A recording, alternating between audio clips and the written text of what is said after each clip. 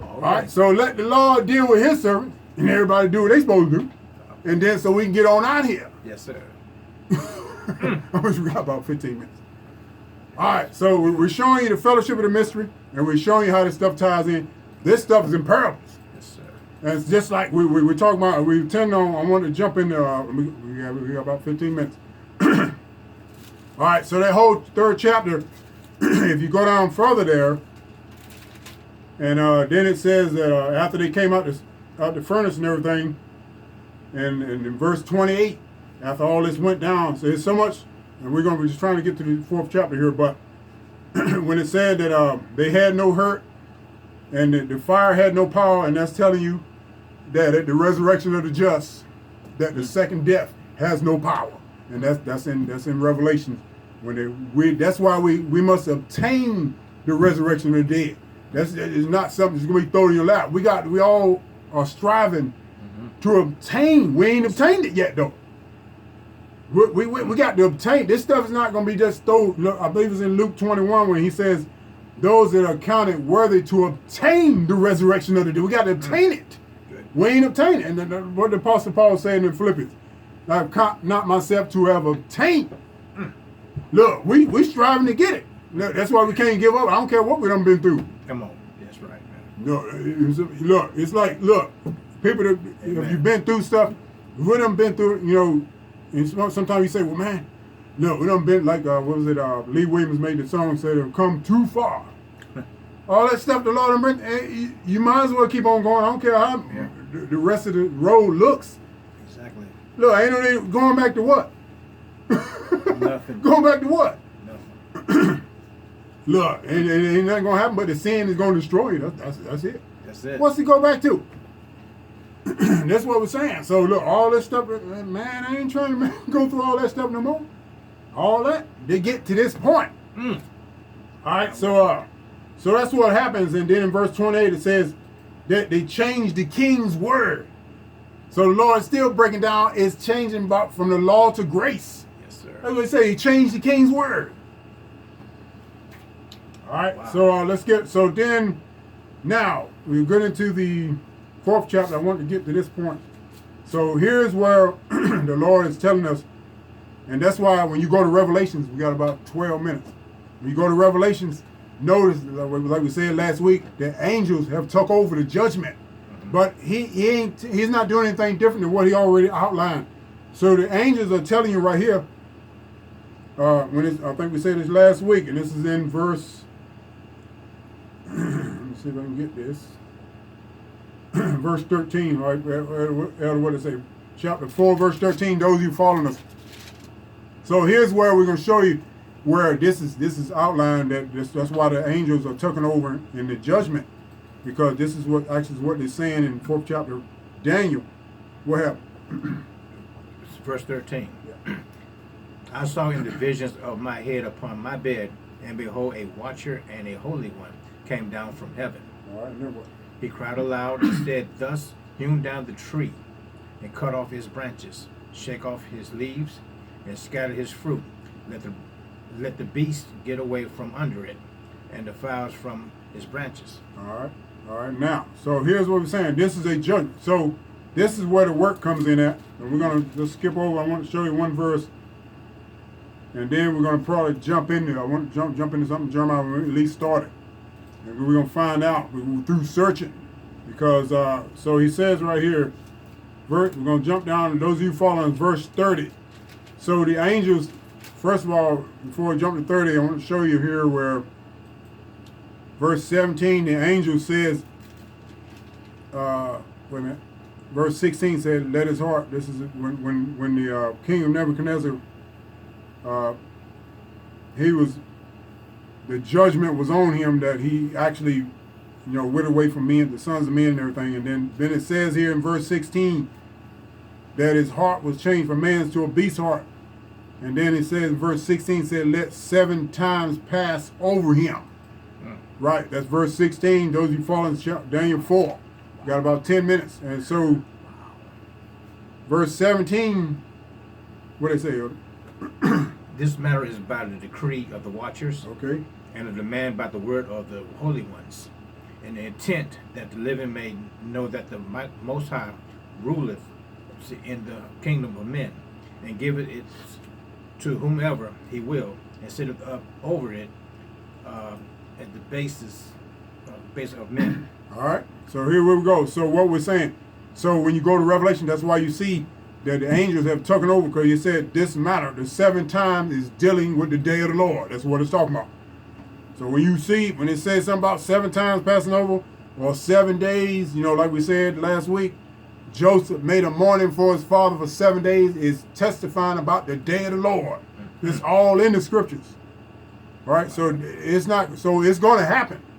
Yes, sir. All right, and that's why they said, the angel said, this matter is by the decree of the watchers and the demand by the holy ones. So that's why you see the angels have taken over the judgment. That's what they've done. So, all right, now what we want to do, so jump back over to verse 30. This is what set it off. This is what set it off right here. And this is why I say, when you got to search this thing out very carefully. And then you got to line this stuff up with what's going on in the world. Yes, sir. And so what he say in verse 30? The king spake and said, it's not the great Babylon that I have built for the house of the kingdom by the might of my power, and for the honor of my majesty. All right, so here's where the fall starts. Is not this great Babylon. That's what initiated the fall. All right, because now, see, you got to take this prophecy and you got to go to Jeremiah, which we're going to go to. We got about a good few minutes to deal with, to chip into it. But Revelations picks up on this. So you can't just read Daniel. But what set off the judgment was not, when he said, is not this great Babylon. Right. That's what set it off. All right, so then in Revelations, when it says Babylon is fallen. Yes, sir. So the judgment. So this is what we got now. We're probably looking at the script for years. Now, what we got to find out. And so Zechariah, I think I was looking at that a second ago. Zechariah 5 and 11. Let's see if we can get this. So we can get Zechariah right quick. We got a couple of minutes to deal with. But this is a heavy topic here. And this ain't a thing you're going to get in 5 minutes. You definitely ain't going to get this in 5 minutes. But Zechariah, let me see if we can get this. All right, this is the 5th chapter. So, those of you following us, all right, let's see where we at. All right, this is a prophecy here about that the base of the land of Shinar had been moved, reestablished to another location. A lot of people, and this says, verse 9, what did it say? Verse 9, this, those of you following Zechariah 5, the prophet Zechariah, verse 5 on down, verse 9, what did it say? Then lifted I up mine eyes, and looked, and behold, there came out 2 women, and the wind was at their wings. For they had wings like the wings of a stork. All right. And they lifted up the heifer between the earth and the heaven. Then said I to the angel that talked with me, whether do this bear the heifer. And he said unto me, to build it in house in the land of Shinar, and it shall be established and set there upon her own base. All right. Now, this right here is every bit dealing with what we're talking about. So this land of Shinar here is where we got. So what we're telling people, we've been talking about a while. So the mystery of Babylon is what we got to be chasing out. All right. So and then we got about 5 minutes to deal with. So I want to jump. Let's go. We're going to Jeremiah. We're finna dive into it.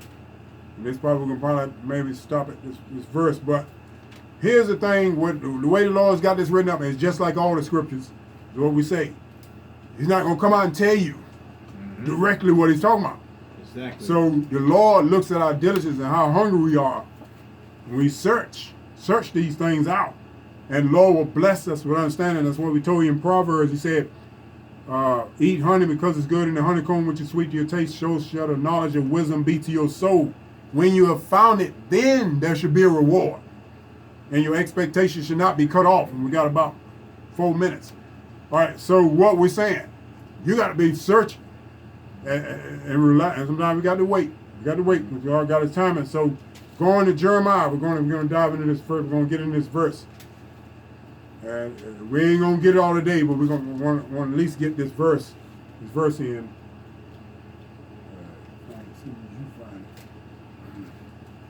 Okay, Jeremiah 50. We're going. I believe it's in 50. We're getting ready to.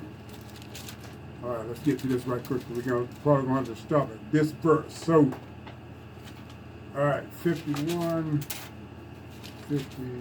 All right, here we go. Those who follow us, Jeremiah 51. The 2 chapters here is dealing with the destruction of Babylon. Right? The Apostle John picked up where Jeremiah left off prophesying. That's why we said the word of the Lord is line upon line, precept upon precept, here a little and there a little. Right? So you ain't going to get it all in one book.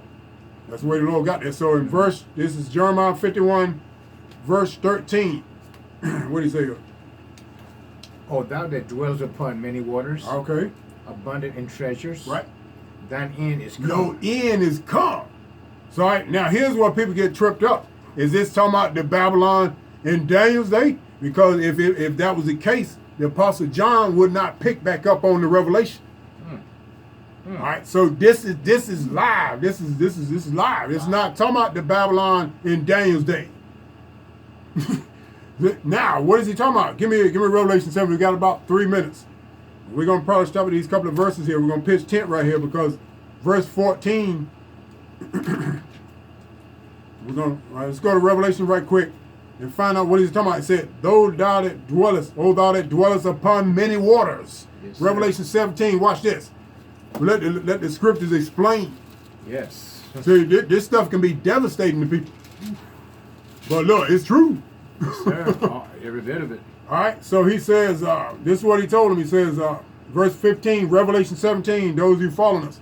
What did he say? We're going to find out what these waters is. And he said unto me, Right. the waters which thou sawest, Okay. where the whole sitteth, Right. are peoples and multitudes and nations and tongues. There it is. All right, let's go back to Daniel. We got about 2 minutes. We got a minute.